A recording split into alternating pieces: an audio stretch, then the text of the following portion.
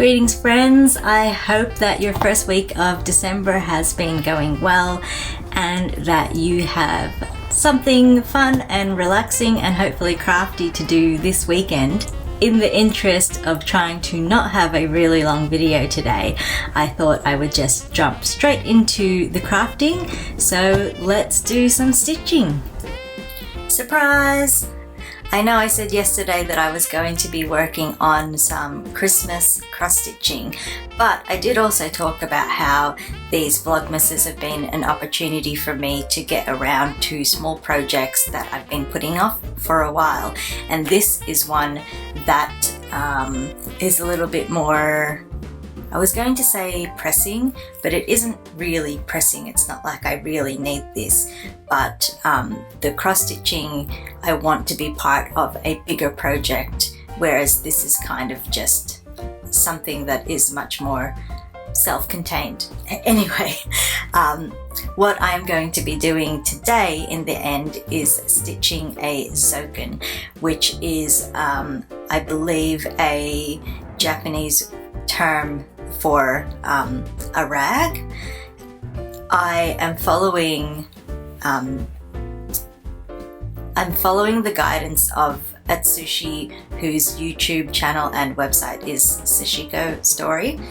He has a family history of sashiko. He's a general sashiko stitcher artist. I don't necessarily know what you would call that, but I am turning this old tea towel into a Zokin because, as you will see, it has some holes in it. Before I jump in, I just wanted to explain some bits and pieces that I have. I've got like a water-soluble pencil here to mark the fabric if I need to. I have this book, this needle booklet, which was part of last year's 1121 Windmills Advent, and inside it, as well as needles, I have some sashiko needles that I did buy when I was in Japan, and I'll probably try using those today, see what they're like, because I haven't actually had an opportunity to use them yet. I have this terrible cheap thimble that I bought in Daiso that I also haven't really used like this, and we shall see how it goes. I would either like to make my own leather one or see if I can find a nicer one somewhere. I guess I can keep that on. And of course I have the lovely new needle threader that I opened up from this year's 1121 Windmills Advent. But I do also have this needle threader that I bought in Japan, which is a fun little tool. And I might use this one today and see how it goes, just for fun. Alright, oh, and this is just a tiny little like stitching guide for me to show like the direction of where I stitch things. Not really necessary, as you can see, it's just such a simple pattern of crossing lines, but I'm just going to keep that as a little reminder to self almost. So this is a tea towel that was given to me and my partner as a souvenir from his parents when they went to New Zealand, obviously. And because I am so scatterbrained in the kitchen, you can see that I have had some accidents with it, sitting it on top of gas burners. Not great. And I have just pulled out here some thread options. I do have some proper Sashiko thread, again, that I purchased in Japan. The colors actually, you know, go really well with this, but because it is so bright and colorful and this is so busy, I do want to save this to use on a plainer fabric so that the thread itself stands out more. Same deal with this fabric here, which I did buy, oh, where were we? Was it like Bright or something like that? Anyway, I want to save that again for somewhere where the beautiful color variation will be more visible. And then these are all just some heavy duty threads that I bought for some other stitching that I was going to do, where I thought I needed heavy duty threads and never got round to it. Anyway, I could not decide what color I should stitch this in, so I asked my consultant, my design consultant, also known as my partner, what color he thought I should use. And to be honest, I was probably leaning for something boring like black, but he picked orange, so we are going to go with orange. So let me get the rest of these out of the way. Okay.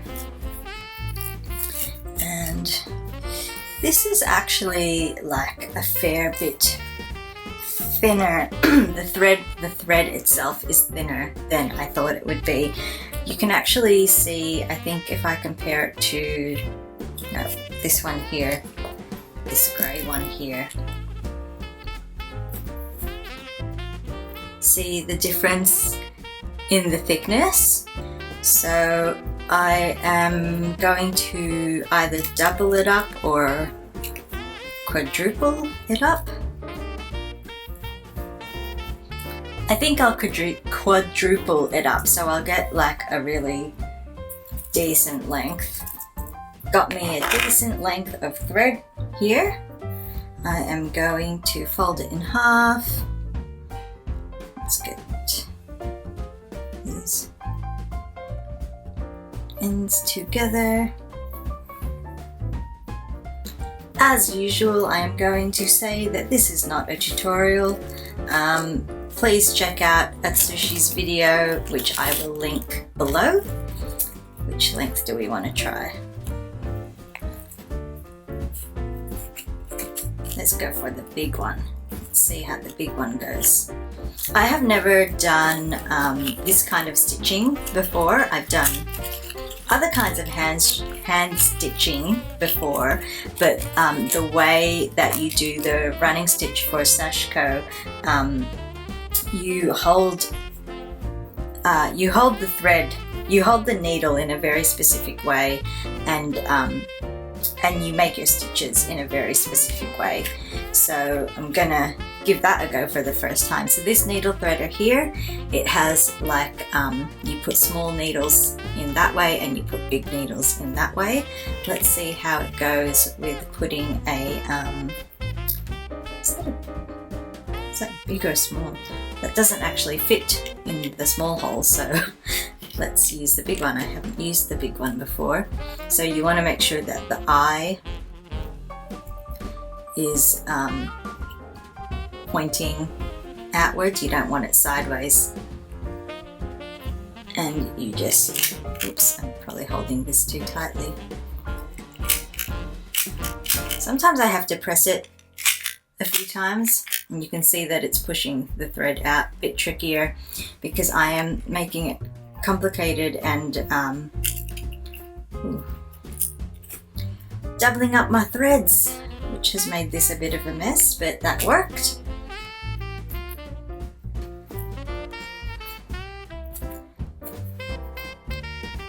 Bit of a clumsy start as usual. So now just lining up my ends, and we can make a start. So how do I want to start? I'm going to do their recommended method of not using knots. So I'm just going to start in here a little ways and just do a few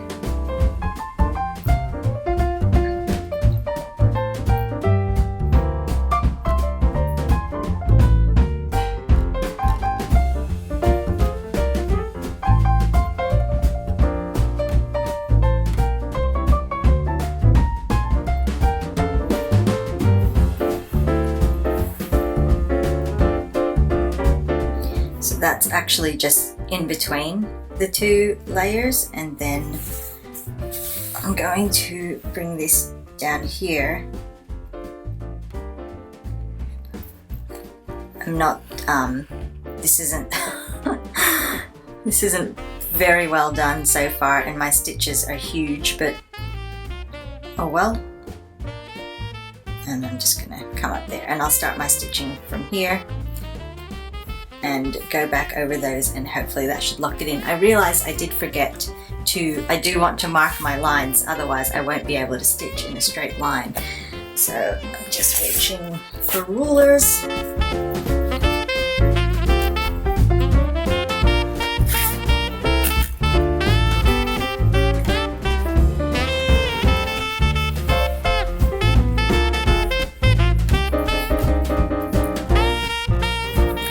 So yeah, this you can kind of see it's more of a like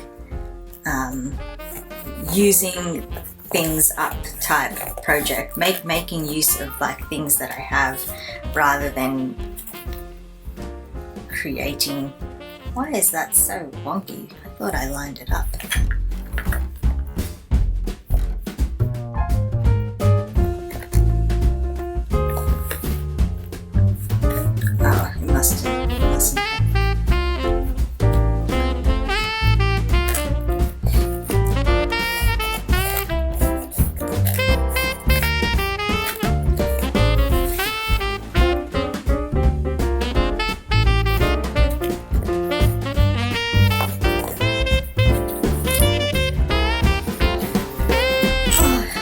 I just have to make sure I remember which line to follow there, but I guess I'm coming at it from this direction, so I shouldn't really stuff it up.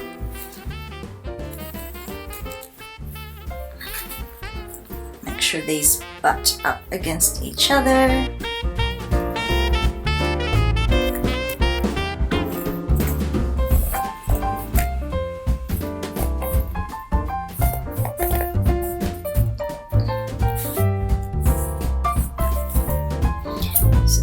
Center there. That's just longer.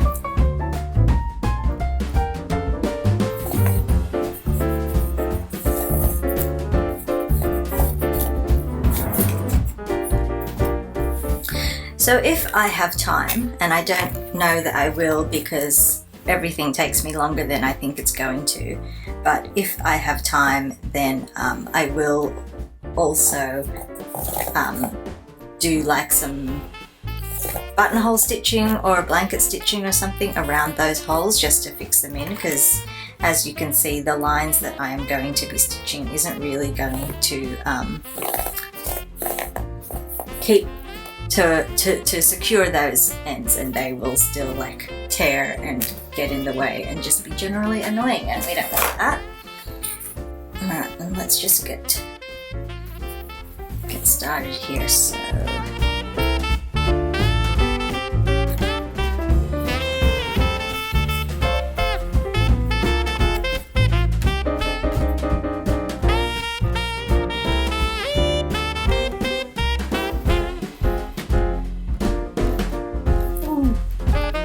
an end has come through already, and I haven't even started stitching.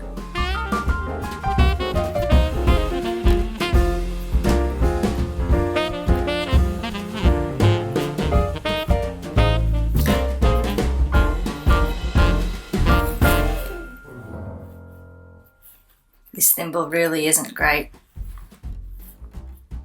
but actually I think maybe the needle is too big for me, but I'm sure it is also just that I am new to this kind of stitching and holding the needle this way. Maybe it was just starting at the corner because I didn't have enough cloth to get a good grip on it. I do think that this thimble is pretty terrible though. And my start there is so sloppy. You can see it's loose. Whatever. Choosing not to worry about that. This looks so ratty already. It's not like it is a real masterpiece. Okay, let's try that again.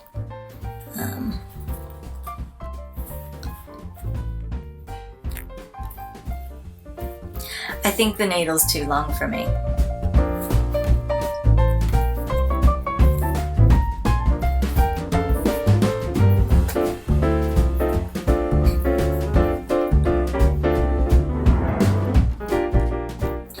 Alright, starting again. I am sticking with the long needle and seeing how I go, because if I just hold it like that, it seems to be fine.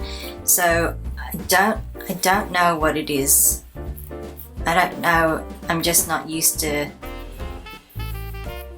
holding the fabric or something. And I think my stitches were too big. Let me just do the thing again where I just stick my needle in one layer first.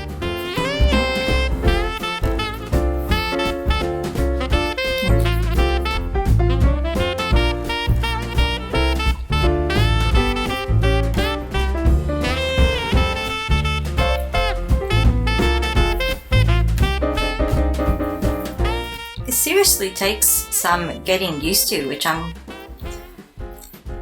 a little bit surprised at. I didn't think it would just be easy, but because I have done stitching before, I guess I'm surprised that I'm struggling with it as much as I am.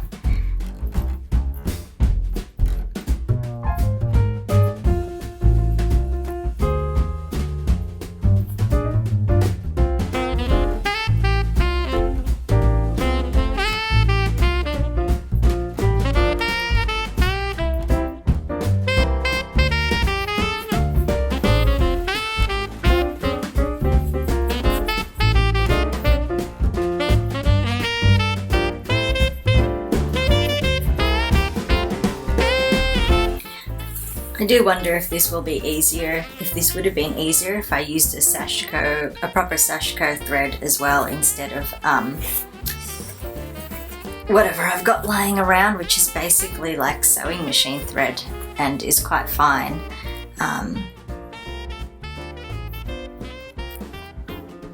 Yeah, I think my issue is because I'm trying to grab a lot of fabric and then I have nothing to push the needle against. So to start off, I'm just gonna not do it in what is meant to be the proper way and just make a few stitches.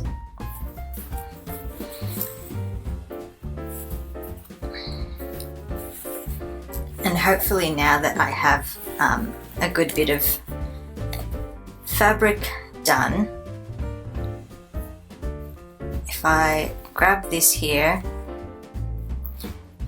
So I just went back and watched again just the proper positioning of your fingers to get the stitches right, and I think my problem was I kept trying to have my two fingers that pinch the needle above the fabric, but one of them is actually fine to be below. And I'm also just not used to pushing with that part of my finger, so that doesn't come naturally to me either. So this is again meant to be something really quite super simple, and it's taking me a lot of learning and messing around to even just get something basic done. And I have made this difficult for myself using this thread, obviously, because it just doesn't want to work for me.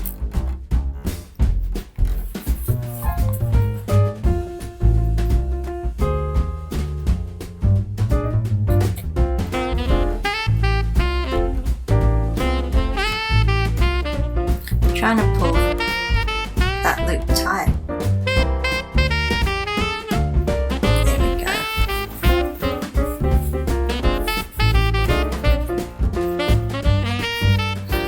That's just going to happen again. end because you can see I have a long thread there.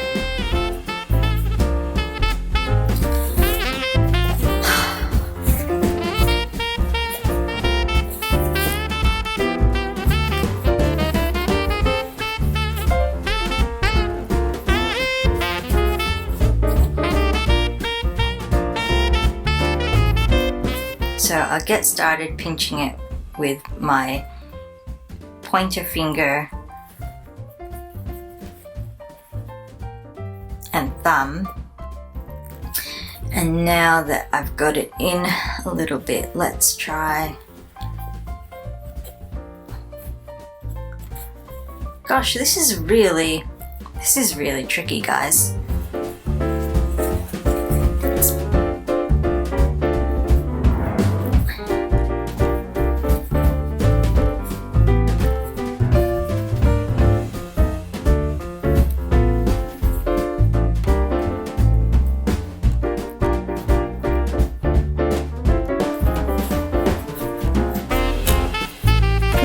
Sorry, knock the camera.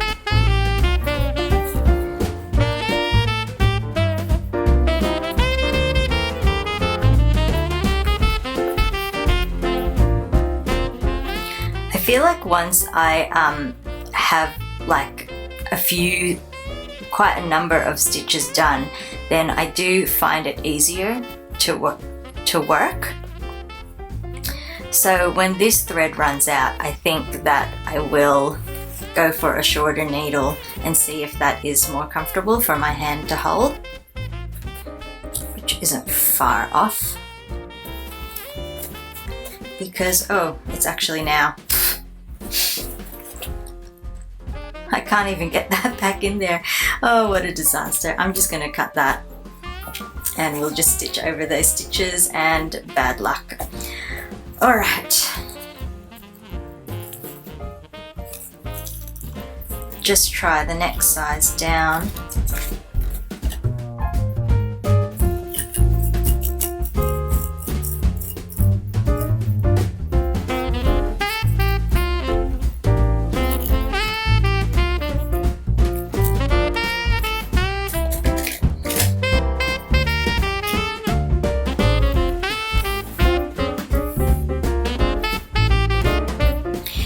To make it easier on myself as well, I think I am just going to have the thread doubled up instead of quadrupled up. And hopefully that just means that I won't run into as many tangles as I have been.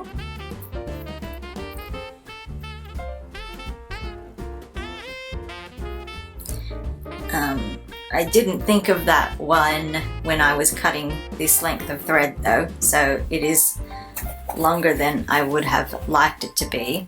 So I'm just going to go in here where I left off to start and do a couple of back stitches to lock it all in.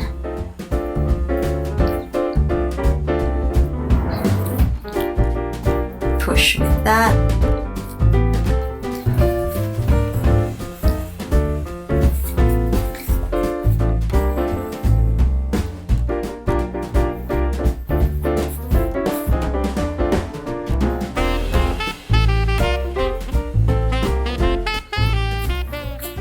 I'm really not going to bother with those right now. I will figure out something to do with them later.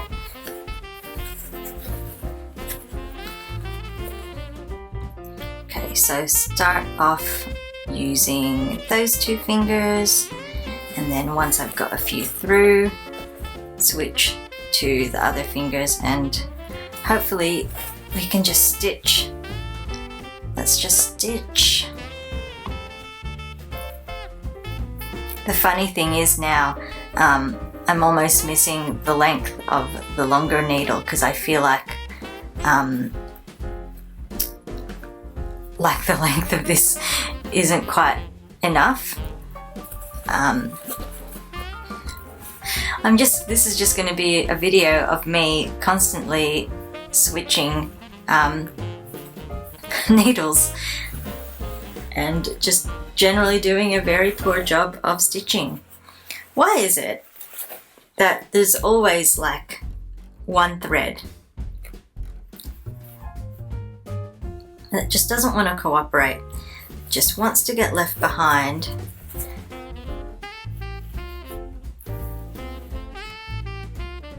Why? Can anyone tell me that? Why are they so difficult? Alright.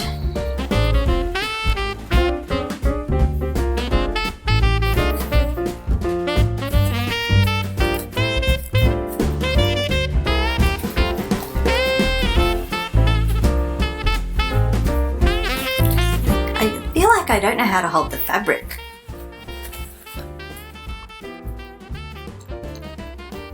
I haven't really done embroidery before. I've done a teensy tiny bit of hand sewing, like to close up seams and stuff. So yeah, for seaming. But I haven't really done like decorative stitching before, except for cross stitch. And for that, I sometimes use a hoop and sometimes not, but like I'm never really loading this many stitches. I'm never really loading this many stitches onto the needle, and I'm never like having to bunch up this much fabric in my hand to work it.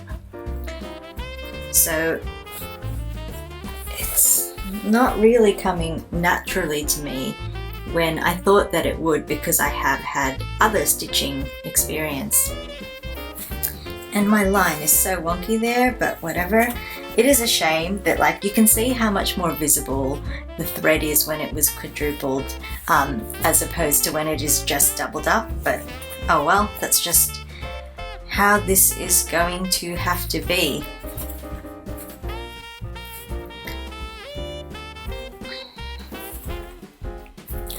So this morning when I went out to get my coffee, I was saying yesterday that I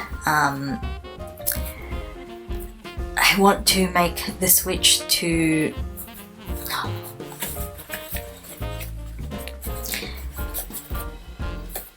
flavored syrups from having mochas all the time.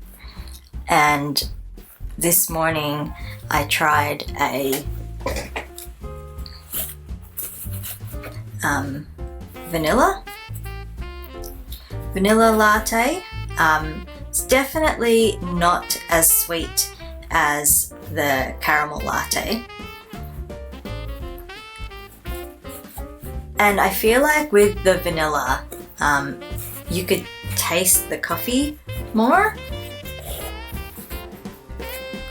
What's this quart? Yeah, I feel like I could taste more of the coffee and less of the sweetness. So I guess that's good to know. You know, if I ever feel like one flavor more than the other, then I know what to ask for. But this was also from a different cafe than the one that I got that caramel, like the iced caramel latte yesterday. That was so delicious. Keeps not really catching the thimble properly. It's like the needle's like wanting to hit me there instead of up here, which is quite annoying. And I have seen like the thimbles that are like a big round area there. That's the kind of leather thimble that that I would like to make for myself. But yes, back to coffees. So the next one that I want to try is a hazelnut latte. And I really ought to make more of the the ginger syrup that I was talking about that I like to make at home. But honestly, even though it's so easy, I am just being lazy about it.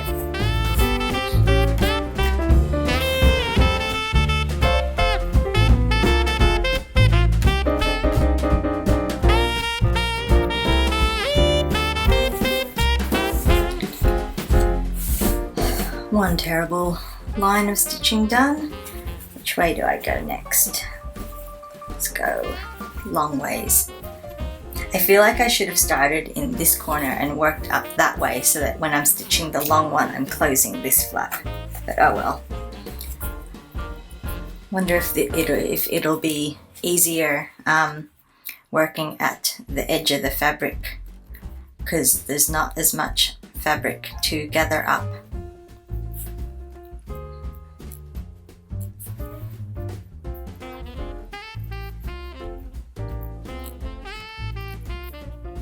This is one of those situations as well, though, I feel like, at least for me personally, where you know, you think you can learn everything online, and I'm sure that plenty of people have learned how to do sashiko stitching online and learned how to do it well.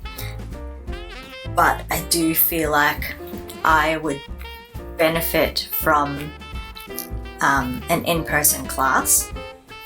Oops, where they can actually, you know, look at what I'm doing live and, you know, correct me, reposition my hands, sort of demonstrate things to me a little more, in a little more of like a tailored fashion.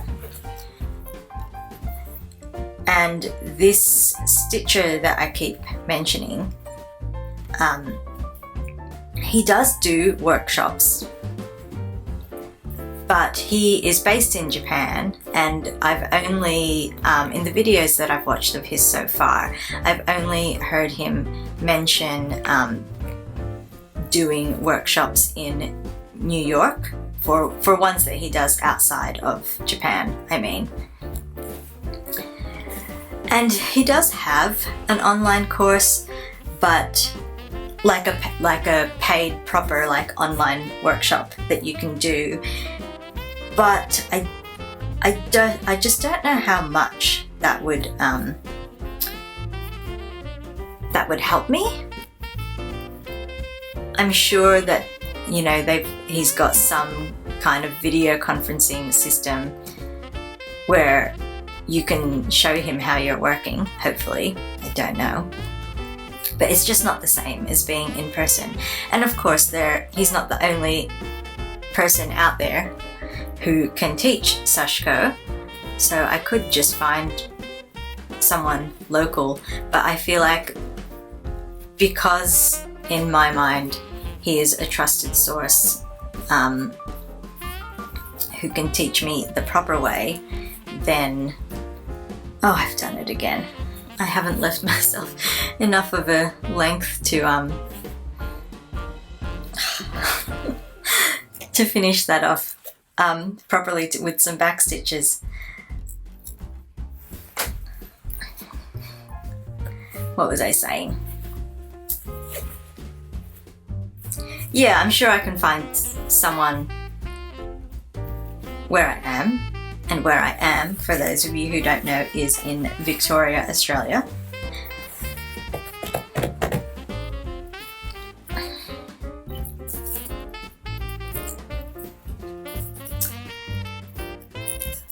But again, it's just one of those things that's like, it's not super high on my list of priorities. It's just one of those things that I would like to do. And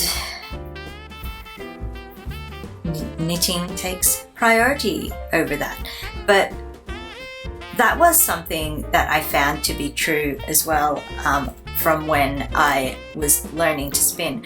I first learnt by getting my uncle to 3D print me a Turkish spindle and watching videos online and learning from that. And I learned, and I was able to spin yarn, and it was good. I enjoyed it and I was getting results. But when I did the proper course at the Hand Weavers and Spinners Guild, like a proper in-person beginners course, I felt like it's just an easier environment to learn in.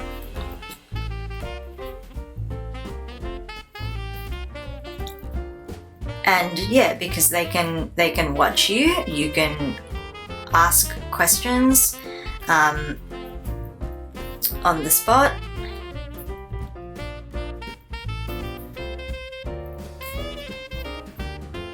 And there's other people there in the room with you, learning along with you. It's just so much easier to to absorb information and to pick up techniques and, you know, just learn basically. And of course, I mean, I shouldn't say of course, but I did again find the same thing to be true of what have I done here? I should do this. Of learning Japanese, which I did a beginner's course of recently. So a while ago I had tried the Duolingo lessons. Duolingo, the app, and I was just using the free version of it. And you know, you pick up bits and pieces and you learn, but it's a different kind of learning.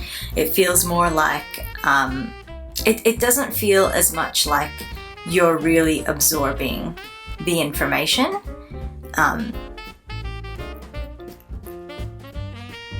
And in a way, it felt a bit more spoon-fed. Like most of the time, it's like a multiple choice situation where they ask you a question, and well, you all know how multiple choice works. But you know, when you are given a set of options, it's easier to know what the answer is. I mean, obviously, you know, there'll be situations where you still get things wrong. It's part of learning.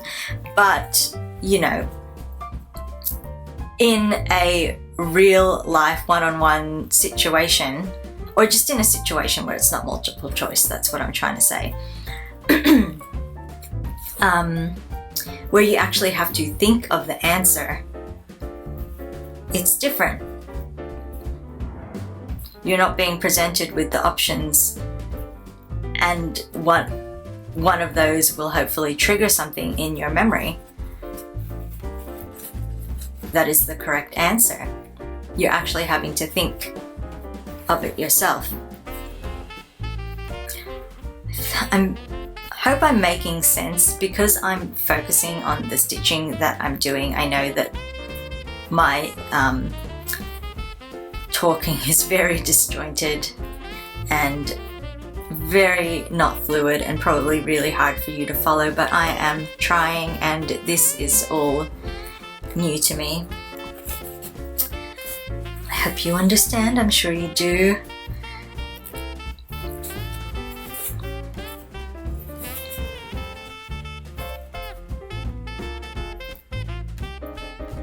But the other thing that I know to be true about myself as well is I'm just not very good at studying. Even, you know, throughout school, I just wasn't very good at studying techniques. I would sit down to do some study, some review of things, and I would read things in a textbook or whatever, and think, oh yeah, I know this, I remember this. And then it comes to exam time or test time, and I can't remember it. I don't know, because there isn't something right there in front of me that I can recognize as the answer. Does that make sense?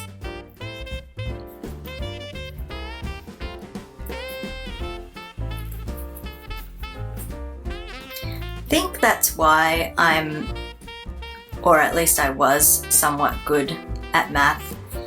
Obviously there's still thinking involved, but it's all like, it has a lot to do with logic as well.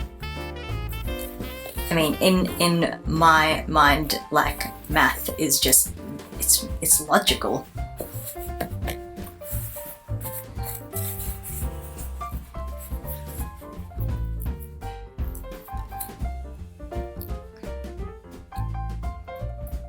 My stitches are so uneven, which is to be expected. I wonder how long it will take of doing this.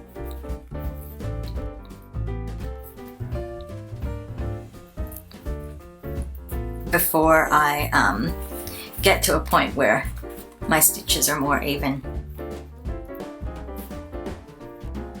I hope I haven't been going out of camera too much. I keep forgetting to look up and see where I am. Oh, look at that.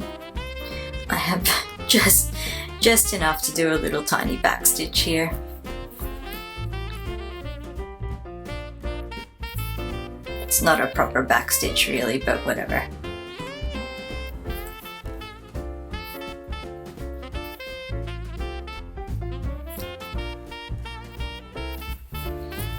That'll do, that'll do. Couldn't remember what I was looking for there. Cutty things. Oops. If you want to stab a needle down so that it sticks, use the pointy end. Did you know? Half an hour. And I'm not even halfway. How about I stitch the rest in silence and speed it up for you?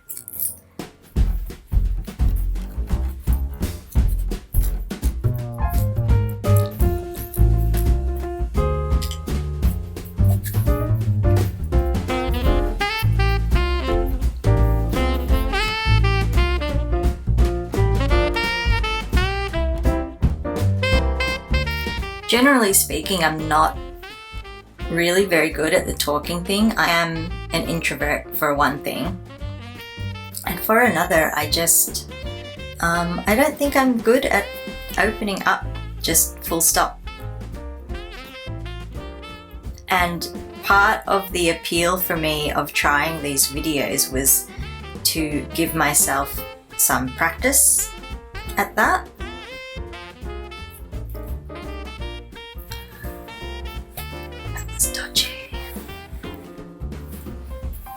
I have had like friends tell me that I can talk to strangers really easily, which I always found interesting because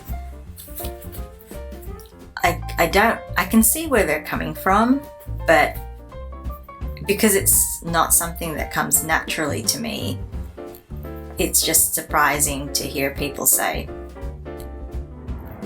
And I think kind of what it is like I feel like the pressure to be able to talk to people well. And sometimes when I'm in situations where I need to talk to people that I either don't know or I'm not very familiar with, I feel like it's almost like there's a switch that turns on, or that I try to turn on. Where's this line going? There. And so in a way, yeah, I can talk to strangers, but like I don't really feel like I'm being fake, but it also doesn't really feel natural. I feel like that doesn't make sense. I feel like that's really contradictory, but I don't really know how else to explain it. I think I'm just trying really hard to not show that I am shy and introverted and that I don't have a lot to say.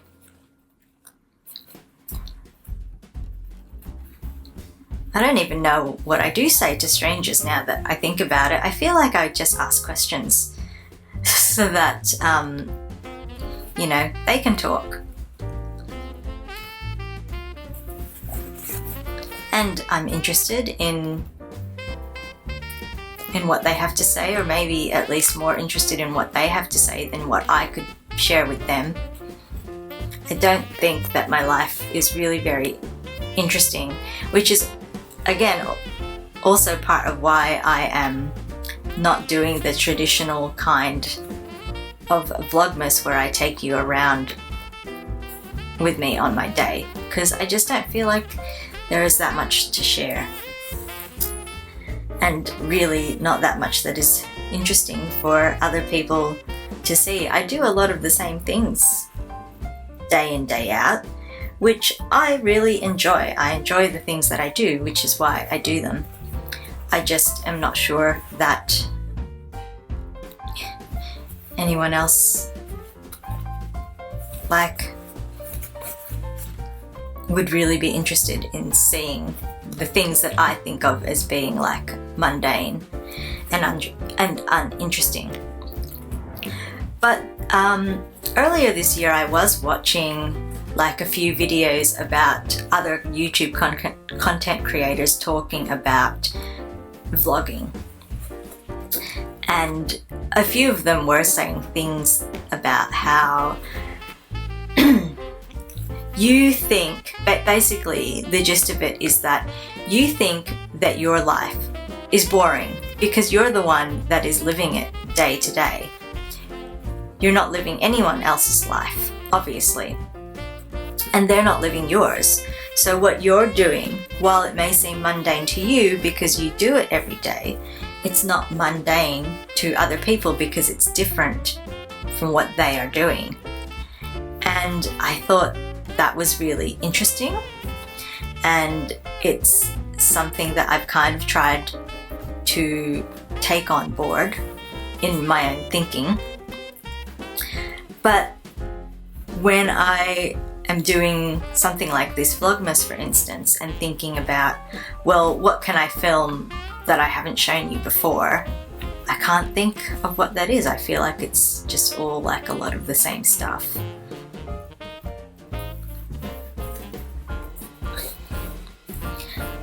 Hey, I think I'm getting the hang of this.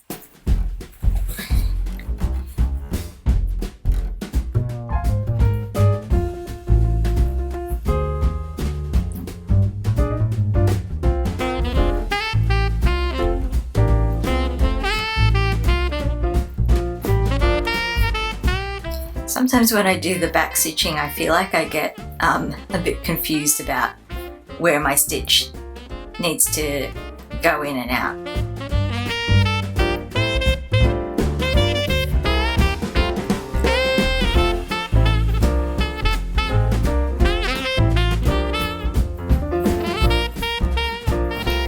Also, I do apologize for how often I have been clearing my throat, or if my voice is sounding really croaky. I've been, it's just been a really bad allergy season, which if you're in Australia and you suffer from hay fever, I'm sure you are aware of, because you've probably been in the same situation.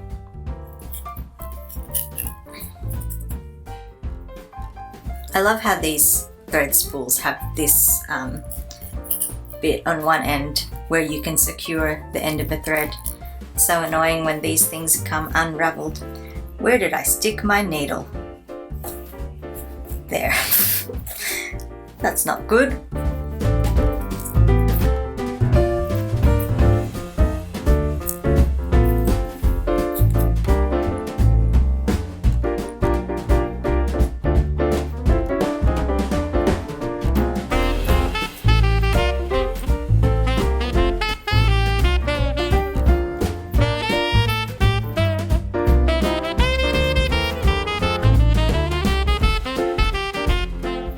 I try so hard to line up the ends of my needle, the ends of my thread, that I know in the end that it's just all going to come undone.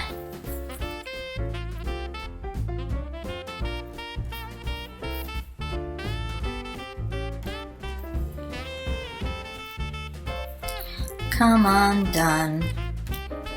I have the urge to start singing. What's his name? Robbie Williams, but copyright and all that jazz.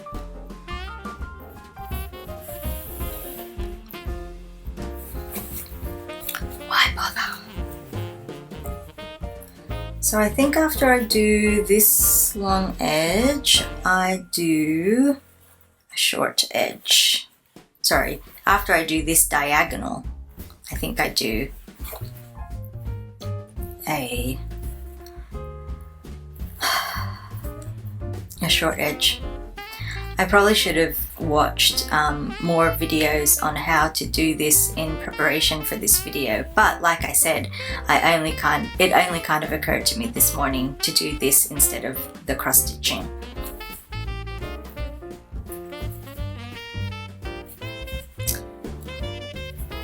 And I will have more of this kind of stitching to do, so I don't actually know if I will get around to doing any of that Christmas cross stitching as much as I want to, but I won't explain the project that I want to do with it in case I do. Ooh, am I just pulling this out? No. In case I do get around to doing it, because then I can talk about it then. Short edge.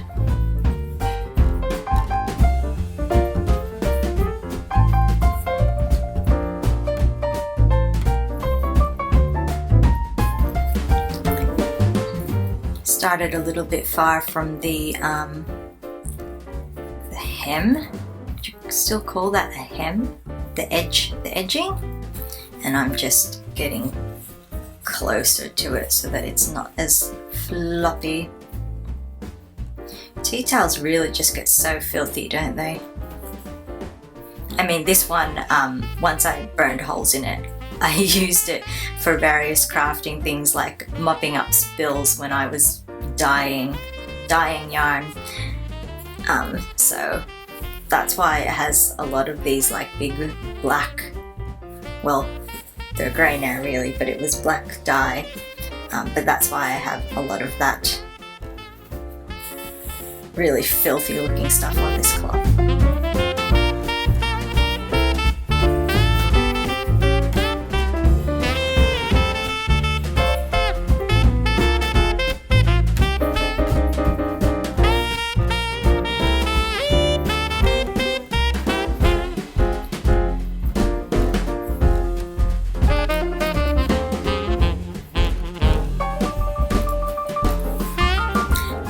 Thought about quilting by hand, like making a whole quilt by hand, but if I can't even find the time to machine sew a quilt, when am I going to find the time to hand piece a quilt? Because I think I would only hand stitch the quilt top and not do the actual quilting by hand. Although if I ever did that, I think I would like to try the thing where the quilt sandwich is just done by like tying knots, like quilt knots, is that what they're called? Still having trouble like catching the end of the needle in the right spot.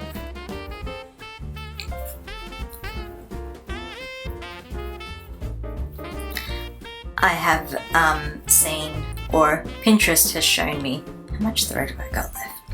Pinterest has shown me some really nice hand stitch quilt patterns though.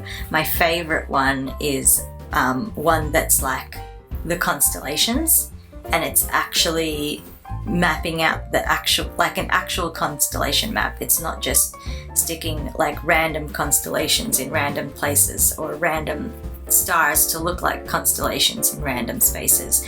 And I believe with that pattern, when you go to buy it, you can choose if you want the map to be of the,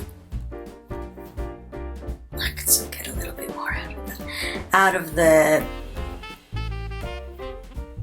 if you want the map to be the stars of the southern hemisphere or the stars of the northern hemisphere, which I think is pretty cool.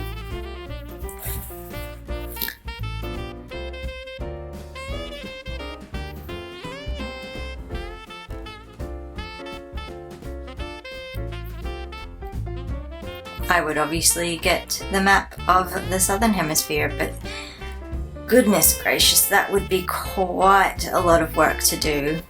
It would be very cool though.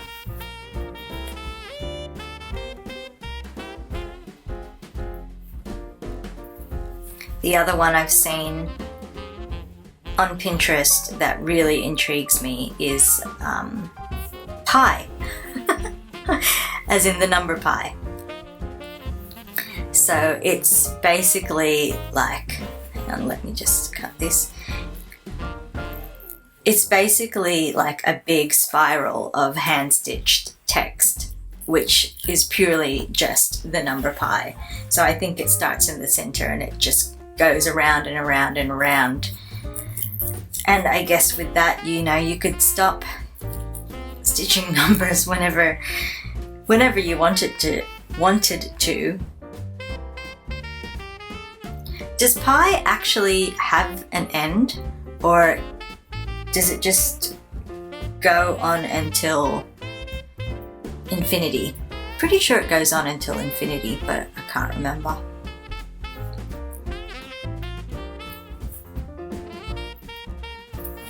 But if it does have an actual end, I'm sure that that is where the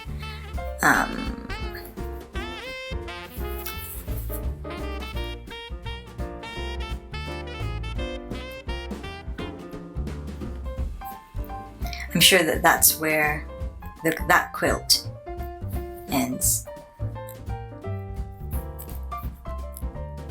Bit nerdy but fun. And again, a hell of a lot of work.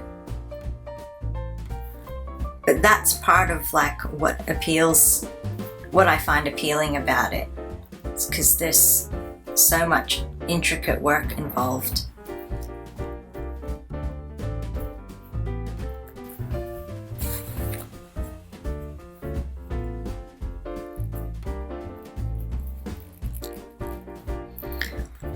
Said I would stop talking, and yet here I am, still talking at you.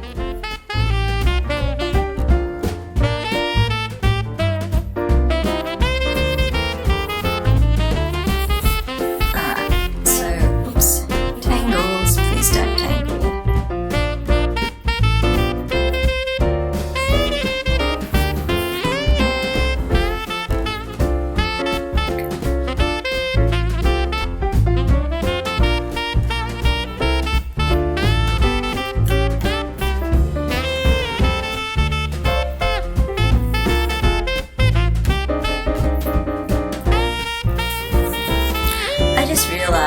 That I probably didn't actually need to backstitch back over there. I could have just started down this end, backstitched, because I need to come back so that I can do this line. Anyway, what's done is done.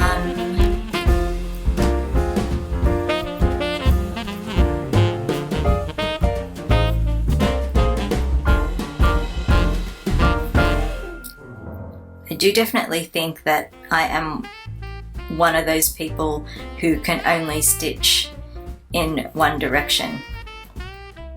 It's kind of like on an angle, going from right to left towards me. That's my stitching direction. And when I cross stitch as well, well, cross stitch is different because you're making an X and you're not, you know, constantly turning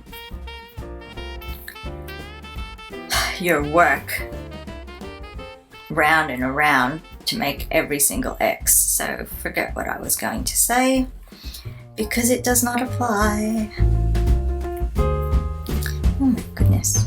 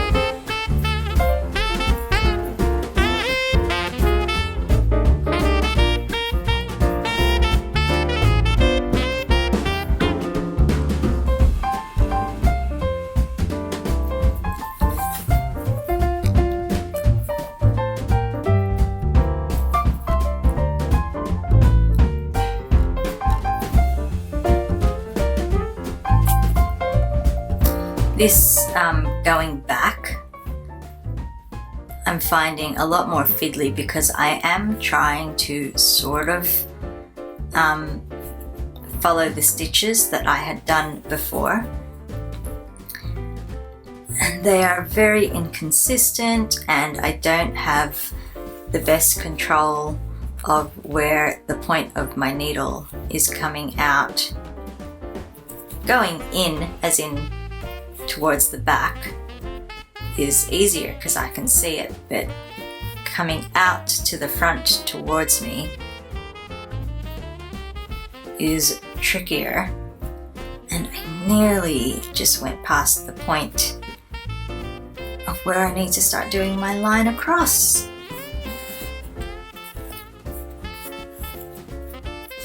And I'm getting a tangle.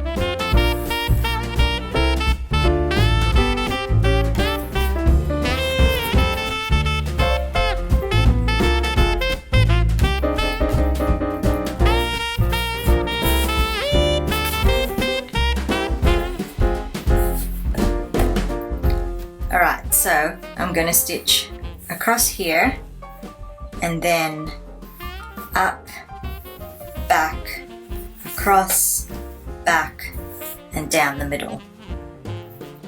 I'll do that off camera and I will show you what it looks like. I have finished the Zokin part of stitching the Zokin. And it's going to be, I don't know how easy it is going to be for you to see, and honestly there's just not that much to see anyway, but that is it there. It is pretty wonky, pretty sloppy, but I actually really enjoyed the process of doing it. I was finishing it off and I was seriously thinking, oh, I just want to keep stitching for the rest of the Vlogmases, but I'm gonna stick to my plan. But yeah, I'm really happy with how that has turned out. I do still need to do the stitching on the actual holes, but I will get to that another day. It's Advent time. I have the Fluff and Nonsense Advent pack for day 3. And just as a refresher, those were days 1 and 2 there. So I'm really interested to see what color this next one is going to be, if we're still in the green family, or just if and how it's going to move on to a different shade.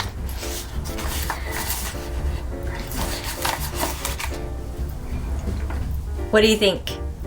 Is it good? Do you like it? It's another green. Ooh.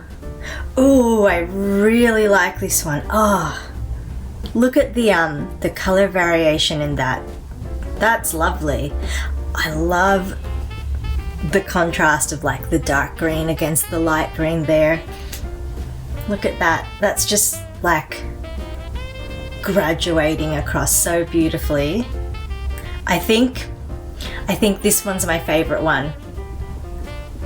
I don't know if I'm just saying that because it's like the newest to my eyes, but Yeah, I really think this third one is my absolute favorite. Squishy. Oh, it feels so good. It feels so nice and soft. All right, that is it. I'm going to leave it there and I will see you again tomorrow.